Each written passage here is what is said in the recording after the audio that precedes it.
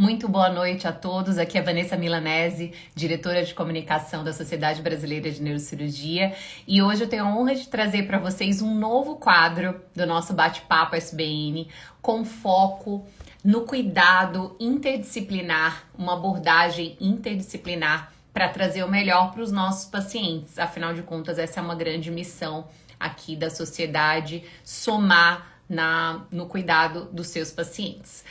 E para isso, hoje nós temos a honra de trazer o Michel Maggi, que é fisioterapeuta, empreendedor também. Ele é o proprietário do Meu Labirinto Franchising e já com bastante sucesso nessa área, já com 7 unidades no país, atua há 20 anos na prevenção de quedas e reabilitação vestibular. E com toda essa base, né, que ele tem, inclusive até de formação internacional pelo Hospital Britânico em reabilitação vestibular, a gente vai somar aqui, né, com a participação dele. Ele já está entrando por aí. Teremos também a ilustre participação do Dr. Wilker Noner, o nosso presidente, que já está entrando por aqui também. Deixa eu chamá-los por aqui.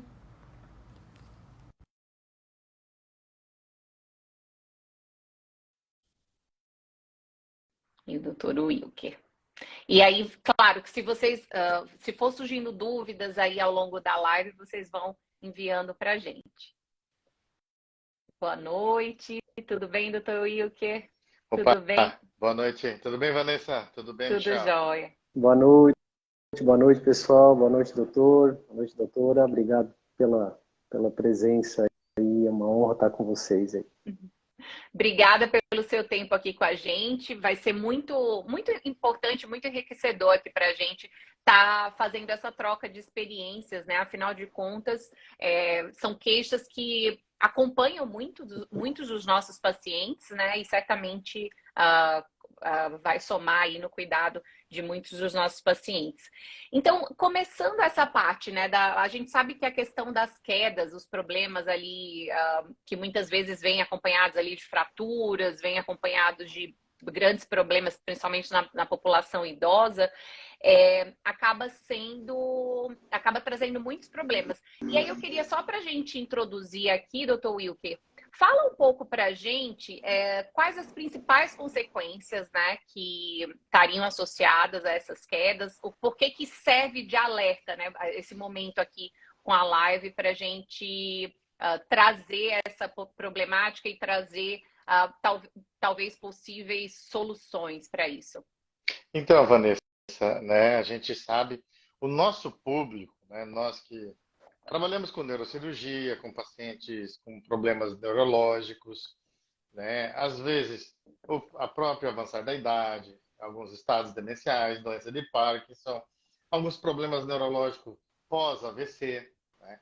Esses pacientes, eles, por ter essa debilidade ou motora, ou de marcha, ou de equilíbrio, do sistema vestibular, que às vezes a gente opera também, então acabam levando essa fragilidade, né?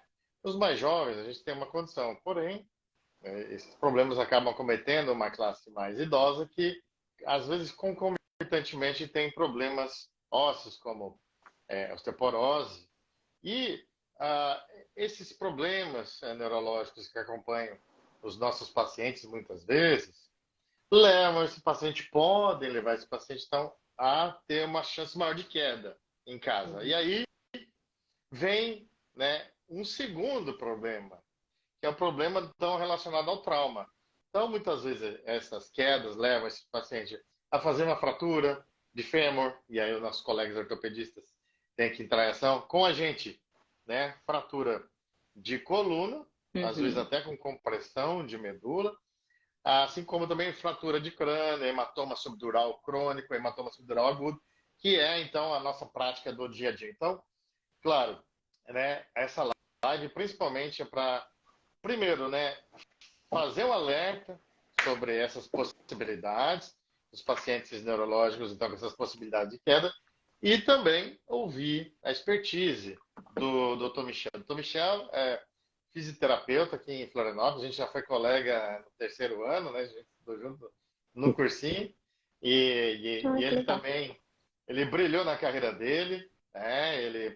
Hoje ele trabalha basicamente ali com sistema labiríntico, o sistema vestibular, fisioterapia de reabilitação vestibular, marcha, equilíbrio, e ele, por ter estudado tanto esse assunto, ele acabou estruturando uma forma de fazer diagnósticos nas casas desses pacientes, através de um questionário, através de entrevista com ele, para antever quais são as possíveis causas, os possíveis problemas em casa que podem levar esse paciente à queda. Então, Uhum. essa, vamos dizer, é a principal, vamos dizer, objetivo de hoje, trazer. Hoje a gente está trazendo o Michel, que faz essa parte de reabilitação vestibular e prevenção de quedas, tem um trabalho muito bonito nessa parte. E em outras lives, né, Vanessa? Vanessa teve uma brilhante ideia também de trazer sempre outros profissionais das mais diversas áreas para a gente compartilhar essas expertise também, Vanessa. Perfeito. É porque, na verdade, é bem importante a gente pensar numa prevenção antes de remediar, né? A gente, na neurocirurgia, a gente está lá na ponta, tratando da fratura lombar, tratando do hematoma subdural crônico, mas se a gente conseguir prevenir isso antes, com certeza, é algo que traz um bem enorme para a população. E aí, no caso, que profissionais, né, que a gente pensa, quando a gente está pensando em queda, doutor Wilker, que profissionais que a gente pensa, além da fisioterapia, claro, que podem estar prestando atenção? E que outras especialidades, assim, é importante, tanto na medicina como no geral, nos profissionais de saúde, tem que estar atentos a essa questão das quedas? Eu acho que tem que ter um alinhamento, né? Porque a gente está numa ponta, que nem você falou, que é o tratamento dessas patologias. E a gente não consegue adentrar dentro do espaço domiciliar do paciente. E aí que entra, então, a importância de a gente estar alinhado, né? A gente ter também no nosso arsenal, né, de neurocirurgião, profissionais como o Michel, como os próprios cuidadores dos pacientes, né? Que eles vão, olha, lá o chão é escorregadio, lá tem tapete que pode escorregar, lá não tem né, um amparador para ele tomar banho, enfim. Isso Uhum. tudo, o Michel vai conseguir falar melhor para a gente. Né, quais são, né, esse problema das quedas no idoso ou quem tem problema neurológico, e também como prevenir isso, como fazer esse diagnóstico e como isso pode impactar na vida dos nossos pacientes. Perfeito. Então, adentrando aí na sua expertise, Michel, muito obrigada por estar aqui conosco. Eu já tinha falado um pouquinho sobre a sua vasta experiência, né, na área aqui no comecinho da live. E fala para a gente que maneiras, né, que a gente teria aí de forma prática de prevenir as quedas. Bom, doutora, antes de falar sobre a prevenção, eu gostaria de chamar a atenção sobre alguns números, e isso acho que é uma coisa que a gente tem que levar em consideração, porque a queda, ela só perde para acidentes de trânsito em mortes evitáveis. Então, é uma verdadeira epidemia.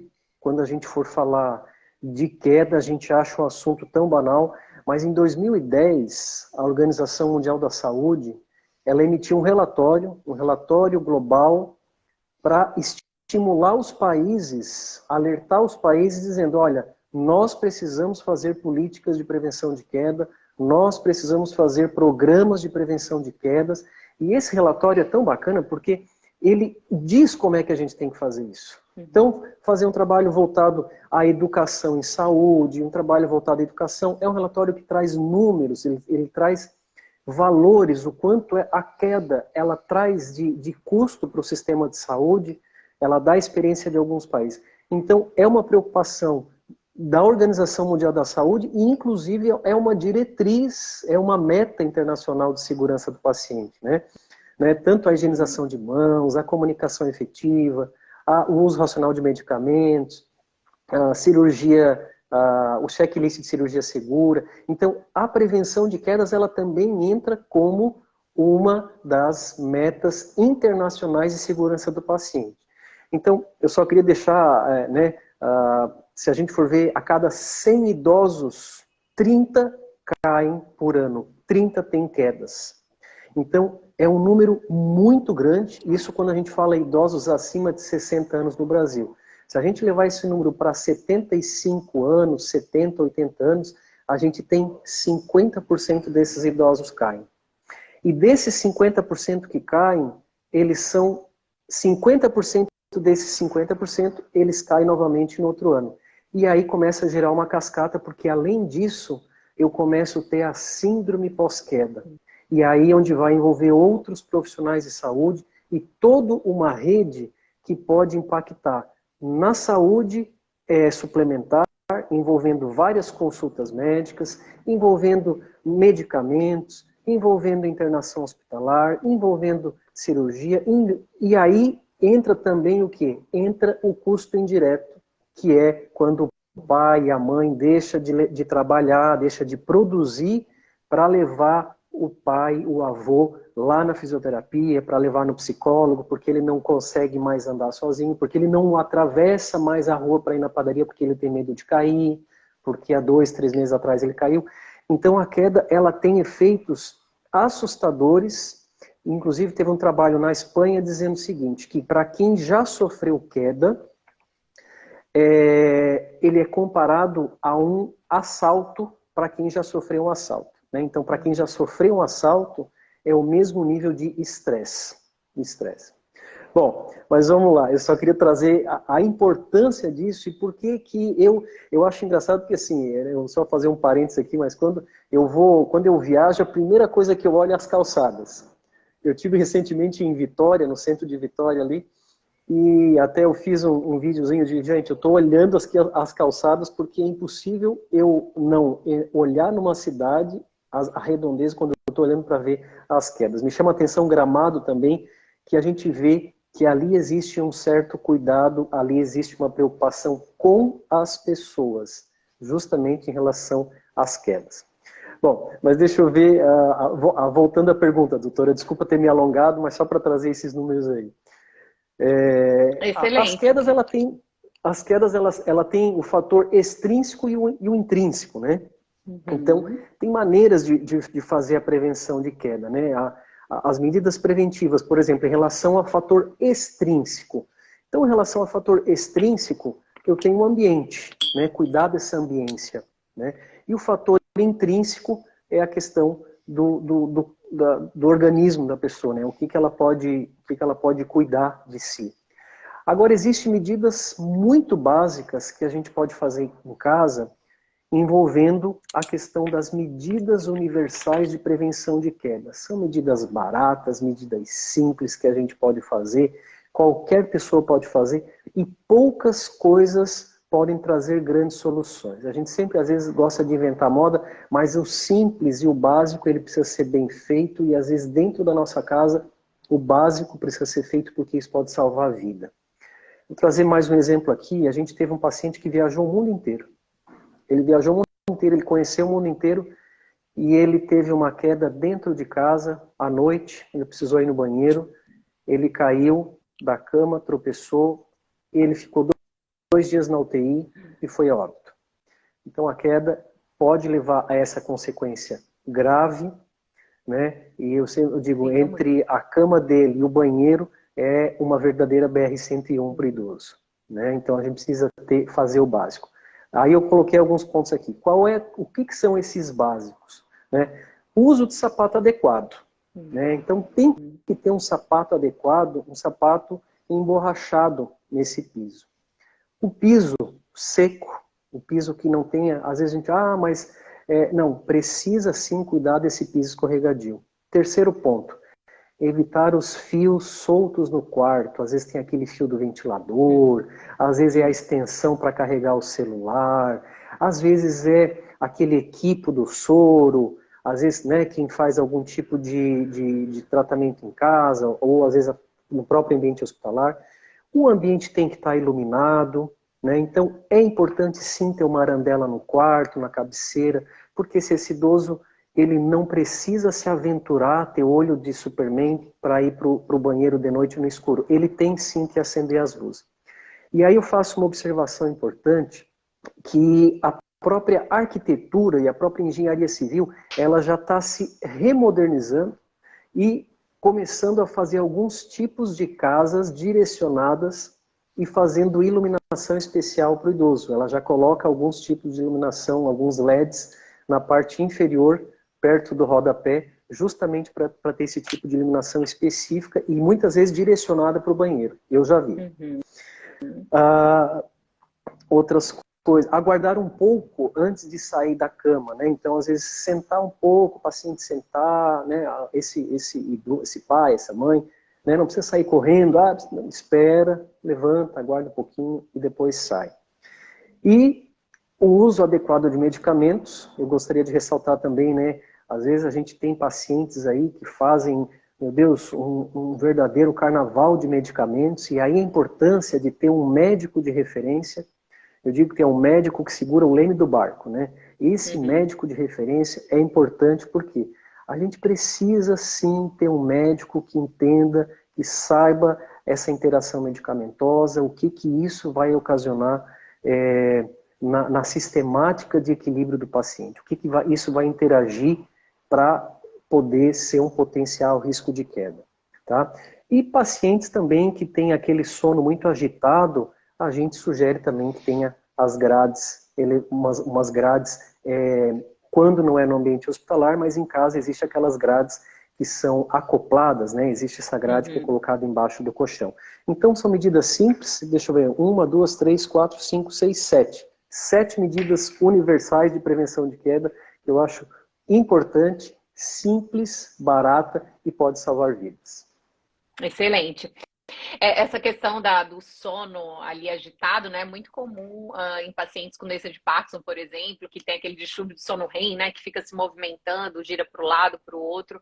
Então, e isso é algo que também acontece não só em quem tem doença de Parkinson, né, é algo que pode acontecer aí principalmente acima dos 60 anos, mas essa questão que você comentou da grade e da engenharia voltada para direcionar ali para o banheiro, certamente pode ajudar a salvar vidas. Inclusive, pessoal, eu queria pedir para vocês para encaminhar essa live, porque eu acho que essas informações são preciosas, tanto para as pessoas com o aviãozinho aqui, enviar para 5 pessoas que são ou que são idosos ou que têm parentes idosos, né, que eu acho que é quase 100% das pessoas aqui, para poder ajudar, né, e melhorar a qualidade de vida aí dessas pessoas e prevenir até um grande problema que pode até levar a um acidente importante, gerar essa síndrome pós-queda que você também falou, Michel. E com relação, o Dr. Wilker comentou do questionário que você tem feito, você podia contar um pouquinho para a gente sobre esse questionário, como que funciona? Existe hoje, nós temos, inclusive, o Dr. Wilker, ele tem uma cabeça assim que ele evapora ideias e eu não sei de onde é que brota isso, né? Então, mas isso, em um momento a gente conversou e ele até me questionou isso aí, e hoje, doutor, a gente tem uma tecnologia que faz essa avaliação de risco de queda em casa. Legal. Então, hoje nós temos essa avaliação que faz o risco de queda de forma intrínseca, tá? E também de forma extrínseca. Então, a gente tem hoje uma tecnologia voltada para avaliar o paciente, para avaliar o equilíbrio, para avaliar o risco de queda desse paciente, tá? Então, é um profissional de saúde, hoje já tem operadoras de saúde, inclusive, usando esse tipo de tecnologia, tá? Na região sudeste, nós temos aí essa startup da região sudeste, já tem aí, eu acho que em torno de 20 mil vidas hoje sendo geridas por essa startup em função de análise de risco e o tratamento desses riscos, né? E, paralelo a isso, a gente tem também uma tecnologia voltada para avaliar o risco de queda extrínseco, ou seja, como é que está a avaliação da casa. Essa casa, ela é realmente segura? Então, como é que funciona? A pessoa, ela acessa um link, esse link, ela vai abrir e vai ter uma série de perguntas, né? Você tem tapete, você tem o seu banheiro tem as barras de apoio, tem degrau, tem não sei o que e tal, e isso vai dar um score, e esse score vai gerar, olha, a sua casa precisa fazer algumas adequações. Então ele vai gerar um relatório e vai chegar no e-mail. Então tudo isso Legal.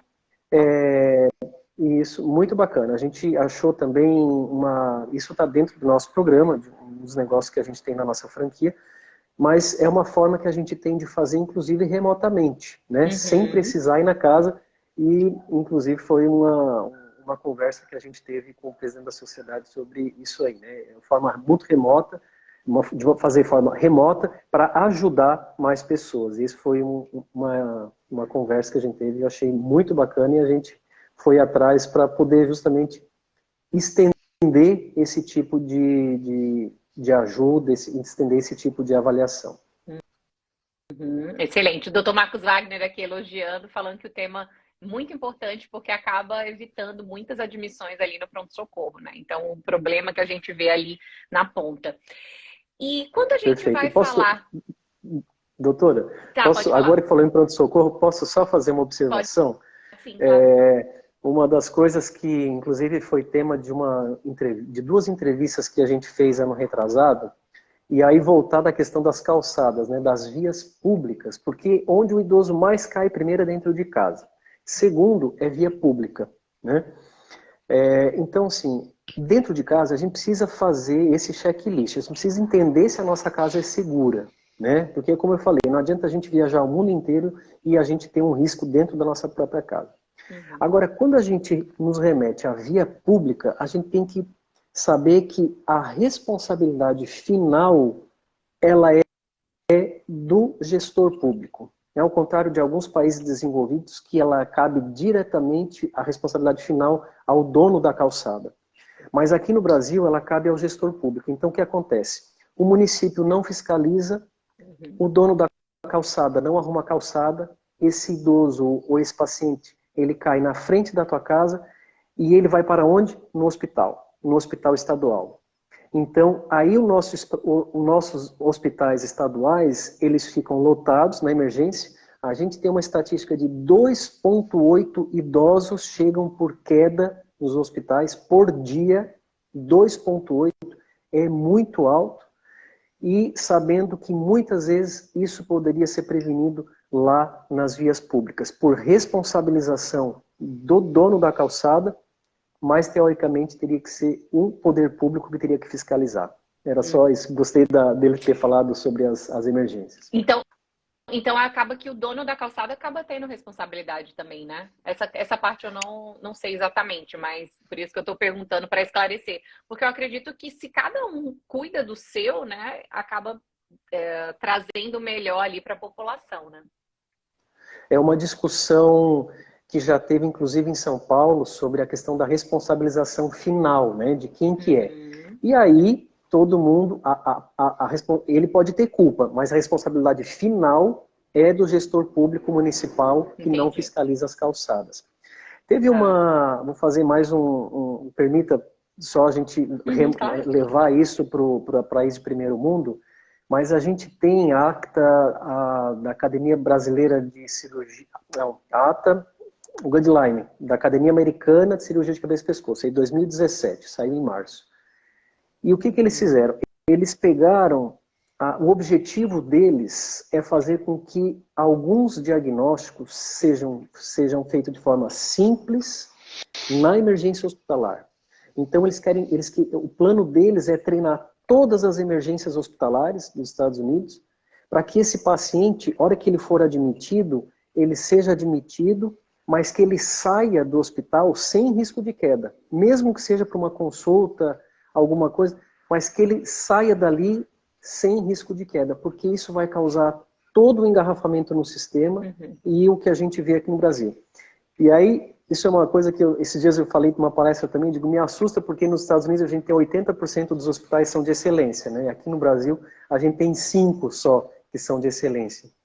E isso aí é um custo absurdo que a gente vai ver aí no sistema em função do envelhecimento, mas eu acho que é um grande desafio que a gente vai ter no público e no privado. Não só no público, mas no privado a gente também vai ter esse desafio de treinar as portas hospitalares para que façam um diagnóstico correto, para que muitas vezes o médico saiba diferenciar o que é uma disfunção central de uma disfunção periférica, para que esse paciente não precise internar, fazer uma ressonância sem precisar, fazer uma tomografia sem precisar, que esse médico saiba fazer uma diferenciação e a partir daí ele poder fazer um encaminhamento e esse paciente sair sem risco de queda da emergência já.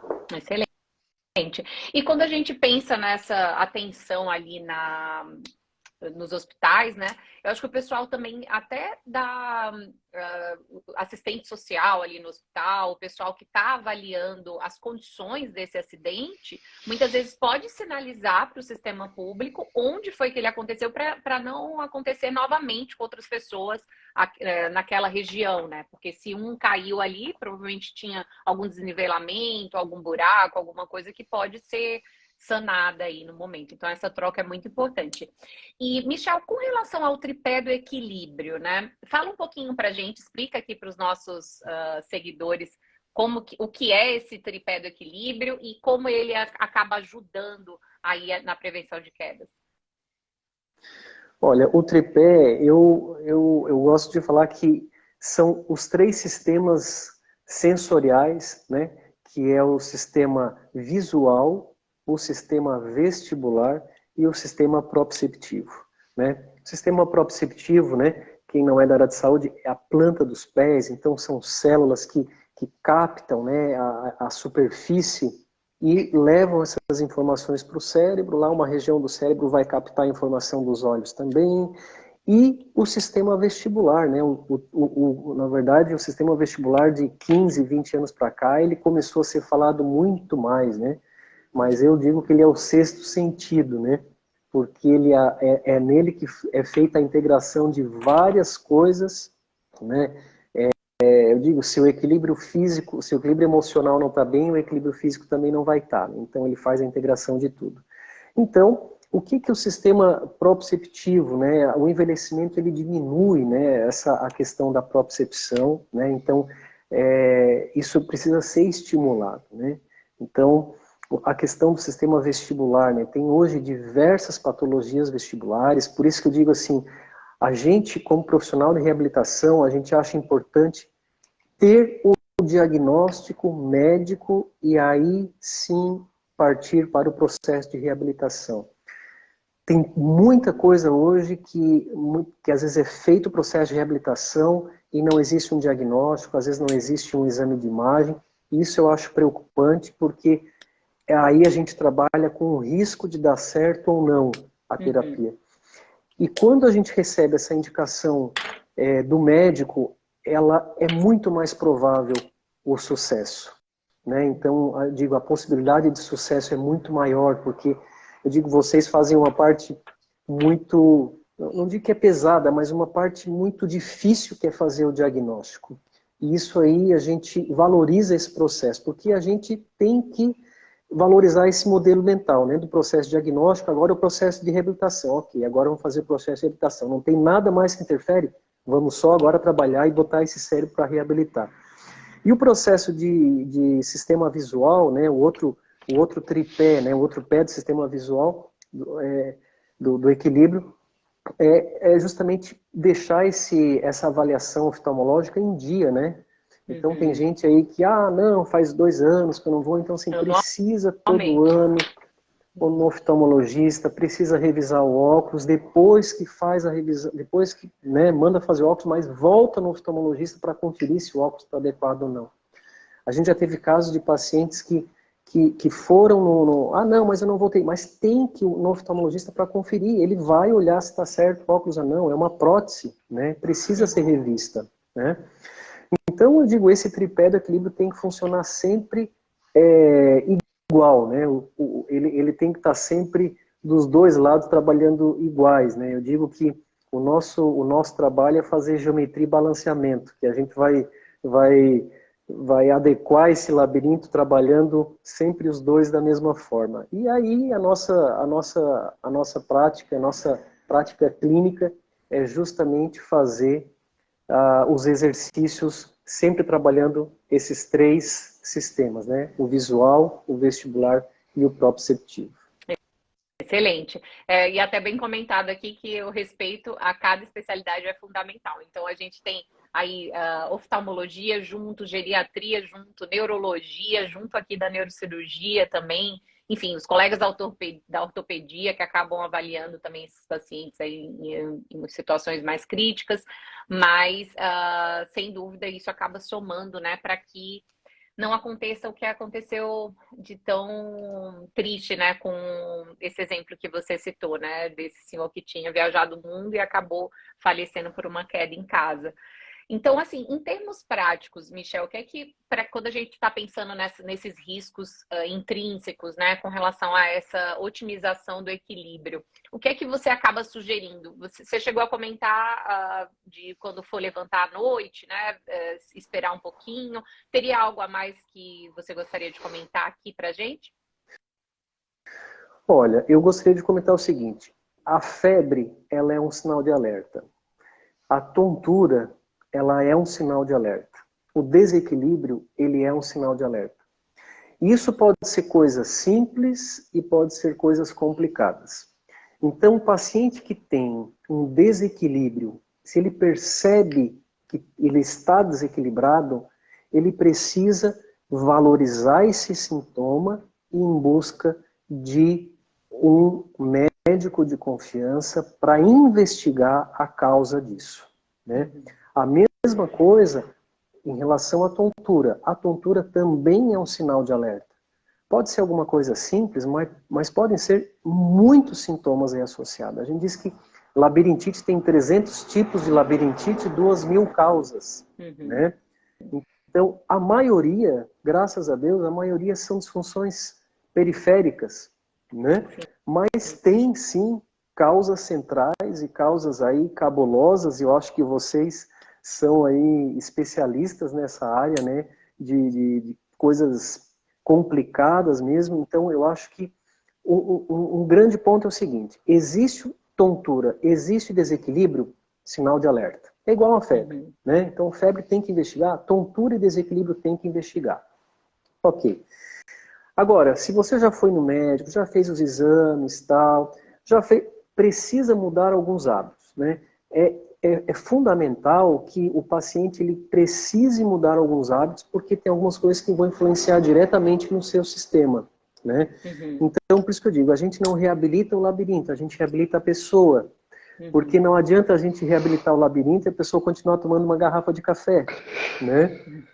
Então, não adianta a gente, por exemplo, fazer a reabilitação vestibular com uma disfunção, com uma glicose totalmente descompensada. E aí a importância de ter os exames clínicos em dia, né? De ter esse acompanhamento médico, porque precisa e vai influenciar muito no nosso sucesso, no sucesso do nosso processo terapêutico, né? Então, assim, sinal de alerta, procurar um médico para a investigação terapêutica. E a investigação terapêutica vai fazer com que esse paciente procure o profissional conforme a indicação médica, mas principalmente mudar alguns hábitos. Então, alguns hábitos simples que ele já pode fazer antes mesmo de ir no médico, né? Café, no máximo 2 xícaras por dia, né? Diminuir bem a ingesta de doces e chocolates. Isso todo mundo pode fazer, né? Faz bem para o coração, faz bem para o labirinto, faz bem para o cérebro, né? Dormir bem, fundamental para o labirinto também, né? E caminhadas ao ar livre. Isso é muito bom, né? A gente diz que se caminhar com segurança, claro, né? Mas a caminhada, ela vai fazer com que os 3 sistemas, o visual, o vestibular e o proprioceptivo, eles trabalhem em conjuntos, né? Como se a gente fosse fazer uma caminhada curiosa, olhando para os lados, olhando para cima, admirando a paisagem, conversando com a natureza. Isso vai fazer com que a gente movimente a cabeça e consiga exercitar aos pouquinhos o labirinto e tudo mais. Então, na minha opinião, são essas 4 dicas que a gente pode, 4 dicas simples que a gente pode fazer antes, durante e depois de procurar um médico, fisioterapeuta ou qualquer profissional de saúde. Excelente. E acabam sendo medidas para melhorar a qualidade de vida ali no geral, né? E só frisando a importância também da otorrino, né? E dos otoneurologistas que trabalham aí com essa questão das alterações do labirinto, labirintite, enfim, que acabou fazendo um trabalho conjunto aí excelente. Bem, assim, na verdade, muita gente está parabenizando aqui pela live. Algumas pessoas até comentaram, perdi um familiar por conta de uma queda, a senhora Francisca comentou aqui, o que perdeu o pai com 64 anos por conta de uma queda. Então, é legal a gente ter esse tipo de conversa para prevenir, né, que essas quedas aconteçam e que fatalidades como essa aconteçam.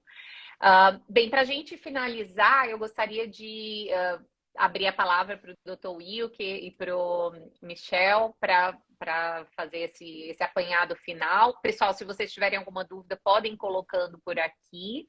E eu queria também, daqui a pouquinho, fazer uma foto com vocês. Obrigado. Primeiramente, agradecer ao Michel, né, pela disponibilidade do tempo e participar com a gente aqui, porque além da gente estar alertando também os pacientes, né, que vão assistir a posteriori essa live, tanto nos nossos canais aqui também, os familiares, né, quem tiver então um idoso na sua família, compartilha essa live, que é importante ouvir as dicas do Dr. Michel, né? Quanto vamos dizer, para o nosso endomarketing, vamos dizer, para olhar para dentro também da nossa prática médica do dia a dia, quer dizer, quanta coisa, né? Às vezes a gente acha que, olha, tá fluindo a coisa, mas você vai lá e abre, tem uma outra porta que a gente, ou uma janela que a gente nunca abriu, nunca olha, quer dizer, sabe que tem, mas nunca foi lá fuçar, entrou dentro do armário para ver. E é essa história de a gente também trabalhar com essa padronização e dar uma folhinha para o paciente, para, olha, você tem que evitar, você teve um AVC, você tem Parkinson, você tem isso. Olha, essas são algumas regras básicas, que, né, o Michel citou 7 aqui, para você prevenir. Só esse fato de anexar essa folha na alta de um paciente, imagina quantas quedas poderiam, você trabalhando com educação, com informação, e isso vai impactar, né, ali direto, né, no plano de saúde, na vida dos pacientes. Eu quase que eu perdi essa live por causa de uma queda, entendeu? Quer dizer, eu estava operando subdural, Entendi. paciente com hematoma subdural, idoso, né? E aí demorou um pouquinho para começar, mas assim, esse é o nosso dia a dia, né? Você vê que era uma coisa, como é que aconteceu? Ele levantou rápido, a gente já falou, o pai é teimoso, ele, né, furou uma das regras, não levantar rápido. Então, assim, né, eu faço um apelo também para os nossos colegas da neurocirurgia do Brasil para tentar incluir essas dicas aí nos seus padrões de alta, né? Eu gosto muito desse negócio de padronizar, etc. Tal. E eu sempre tenho 1000 folhinhas para os pacientes, assim, ou preencher, ou seguir, etc. Tal, que eu gosto de automatizar. E isso com certeza vai entrar na minha automatização também. Excelente. Esse link você está usando também, Dr. Wilke? Só fazendo uma apanhada? Ainda não.